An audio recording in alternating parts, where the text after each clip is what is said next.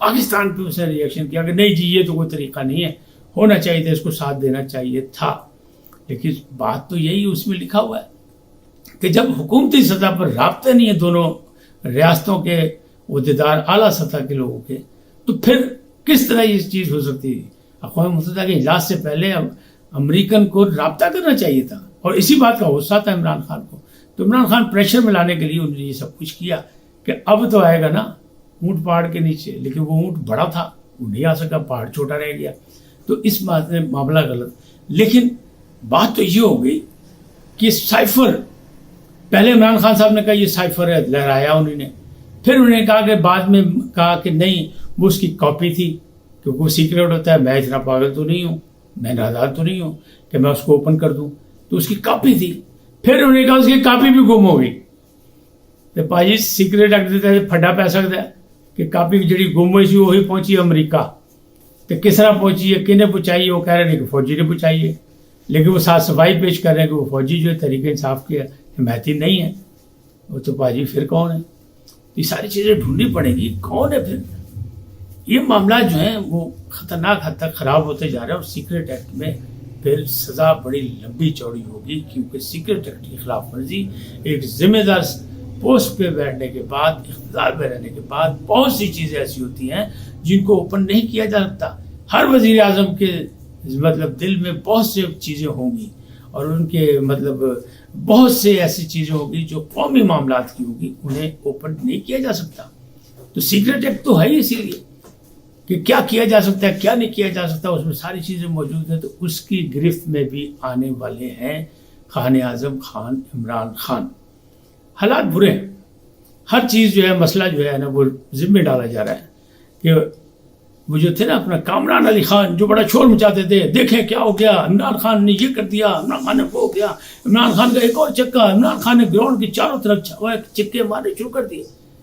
آج کل ان کا سارا غصہ جو ہے بشرا بی بی پہ نکل رہا ہے, اور وہ ہر بات بشرا بی بی پہ ڈال رہے ہیں کہ بشرا بی بی نے یہ کہا, بشرا بی بی نے یہ کیا. اور عمران خان صاحب جو تھے ان کے زیر اثر تھے, ان کے موکلوں کے یا ان کے تعویذوں کے یا ان کے دم درود کے زیر اثر اتنے تھے کہ ان کی مرشد کے بغیر بات کی وہ کوئی چیز نہیں کرتے تھے. غیر سیاسی, غیر جذباتی حقائق اور تجزیہ ثابت کرتا ہے کہ عمران خان کے ڈاؤن فال کے سب سے بڑے ذمہ دار خود خان صاحب تھے اور ہیں. آج میں پورے وثوق اور ناقابل تردید ثبوتوں کی بنیاد پر کہہ سکتا ہوں کہ عمران خان کے الل ٹپ سیاسی فیصلوں کی پشت پر دراصل اس دور کی خاتون اول محترمہ بشرا بی بی کھڑی تھی. بشرا بی بی کا خان صاحب پر اثر و نفوذ ناقابل بیان تھا. خان صاحب بشرا بی بی کے وظائف, توہم پرستی پر مبنی وظیفوں, فلکیات, علوم پر مبنی اندازوں پر آنکھ میچ کر یقین کرتے تھے. میرے مرشد تو اس وقت بشرا بیگم ہے, اور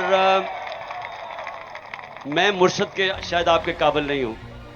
عمران خان کی تمام غلطیوں کی ماں اہم قومی اور سیاسی اہمیت کے معاملات پر بشرا بی بی کے اسکار, کچھ انجان وظیفوں, کچھ توہم پرستانہ حسابات سے خود کو رہنمائی حاصل کرنے کی اجازت دینا تھا. بشرا بی بی ہی کے حسابات عمران خان کو یک طرفہ طور پر پنجاب اور کے پی کی حکومتوں کو مخالفین کے حوالے کرنے پر انہوں نے قائل کیا. یہ وہ عمل تھا جس نے عمران خان کی 2/3 پاکستان پر حکومت کو پلک جھپکتے ختم کر دیا. بشرا بی بی ہی تھی جنہوں نے عمران خان کو پی ٹی آئی کے تمام ایم این ایز کے استعفوں کا اعلان کرنے پہ مجبور کیا. پی ٹی آئی کے تقریباً ہر ایم این اے کے اس فیصلے کی مخالفت کے باوجود بی بی نے خان صاحب کو اس فیصلے سے باز نہیں آنے دیا, حتیٰ کہ قومی اسمبلی کی سب سے بڑی جماعت کو پی ٹی آئی کو انہوں نے گھر بٹھا دیا. عام پی ٹی آئی سپورٹر شاید یہ جانتے ہوں کہ عمران خان سے بڑھ کر بشرا بی بی چاہتی تھی. شاید وہ آپ نہیں جانتے ہوں کہ lieutenant general Faiz I S I کے سربراہ کے طور پر برقرار رہیں اور بعد ازاں جنرل باجوہ کی جگہ وہ سی او ایس بنائے جائیں. یہ بشرا بی بی کی سب سے بڑی خواہش تھی. اس پیش رفت نے خان صاحب کے جنرل باجوہ اور ان کے کور کمانڈرز کے ساتھ خوشگوار تعلقات کو برباد کر دیا. بشرا بی بی کی ہی اس تباہی کی واحد سب سے بڑی اہم حمایتی تھی جسے عثمان بزدار کہتے ہیں. کچھ اسکار, کچھ انجان وظیفوں, کچھ حسابوں کی بنیاد پر انہوں نے خان صاحب کو قائل کیا کہ اقتدار میں ان کی بقا کا تعلق بزدار کے بطور وزیر اعلیٰ رہنے سے ہے.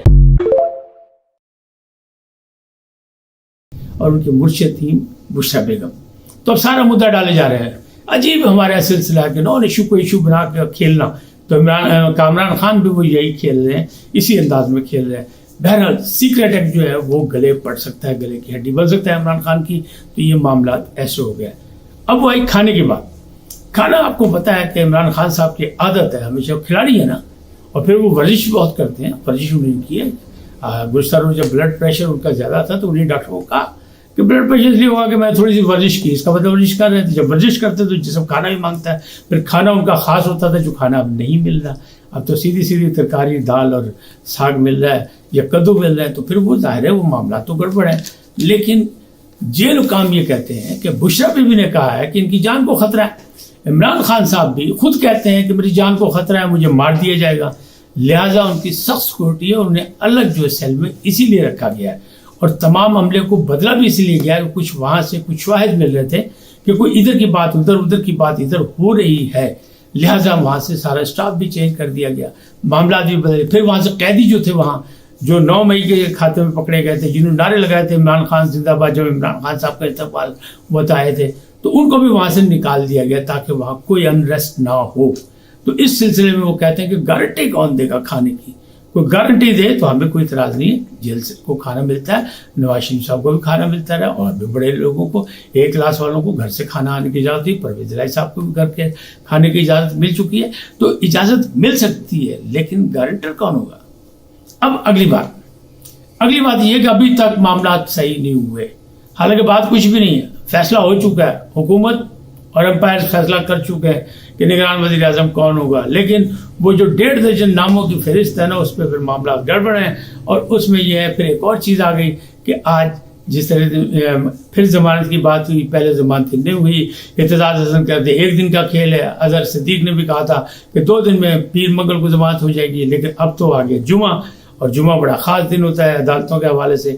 تو ویسے بھی عدالتوں کا دن پورا نہیں ہوتا، پورا ٹائم نہیں ہوتا، ہاف ڈے ہوتا ہے. تو اب دیکھیں کیا ہوتا ہے. تو اس میں بھی شرطیں لگی کہ کیا اس کیس میں، جس کیس میں وہ جیل میں ہے، یعنی قید تنہائی میں ہے فی الحال، تو وہاں ضمانت ہو سکے گی کہ نہیں ہو سکے گی. جواریوں نے اپنا رجسٹر کھول لیا. تو جیسے میں نے پہلے بتایا تھا کہ نگران وزیر اعظم پہ بھی جوا لگ گیا، اور اس پہ بھی جوا لگ گیا کہ ان کی ضمانت ہوگی یا نہیں ہوگی. لیکن لگ رہا ہے کہ پینڈے لمبے رہے، مسائل جو ہے وہ بڑھتے جا رہے ہیں، اور ابھی آسانیاں پیدا نہیں ہوں گی. اور نہ ہی جو ہے وہ الیکشن کا چاند نظر آیا ہے کہ الیکشن فوج پر. کیوں کہ نئی مردم شماری، پھر اس کی جو آئینی حدود ہے کہ جس انداز میں اس کی حلقہ بندیوں ہوگی، مختلف جگہ سیٹیں بدلیں گی، مختلف جگہ سیٹیں کم ہوں گی، مختلف حلقے تبدیل ہوں گے. تو اس میں ایسا ہی لگ رہا ہے کہ مارچ تک تو کم از کم جائیں گے. ورنہ کچھ ہمارے جو دوست ہیں جو ستاروں کی چال جانتے ہیں، ان کا دعویٰ یہ ہے، اجمل رحیم صاحب کا، سمیہ خان ہے، اور 2-3 ہیں، وہ یہ کہتے ہیں 2024 کے آخر میں ہمیں الیکشن نظر آ رہا ہے. ابتدا میں وہاں بھی الیکشن نظر نہیں آ رہا. اللہ کرے یہ معاملات کسی طرح سیدھے ہو جائیں تاکہ ہماری پارلیمانی نظام یعنی جمہوریت کی گاڑی جو ہے وہ اپنی پٹری پہ چلتی رہے. اور یہ نگران حکومت جو آئے گی، اس پہ بھی بڑا مسئلہ ہے.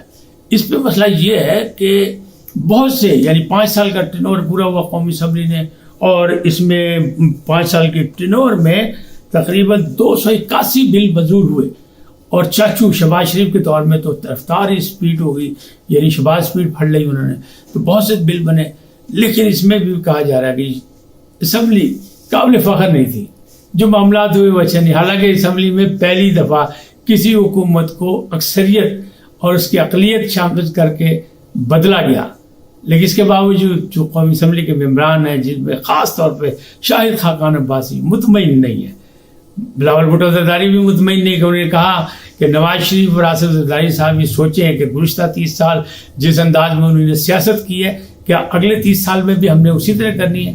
لگتا تو یہی ہے کہ ہمارے لیے، یعنی میرے لیے، بلاول بھٹو صاحب نے کہا ایوان میں کھڑے ہو کے کہ میرے لیے اور مریم کے لیے کوئی آئندہ مستقبل میں آسانیاں نظر نہیں آ رہی.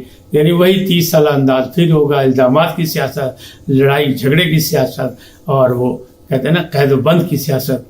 اور یہ نہیں ہونی چاہیے. وہ کہتے ہیں افہام و تفہیم سے بات آگے چلنی چاہیے، اور سیاست کو سیاست کی طرح کیا جائے، اور جمہوری اختیار کے تحت اس کھیل میں اپنا اپنا حصہ ڈالا جائے، جو تمام سیاستدانوں کی ذمہ داری ہے.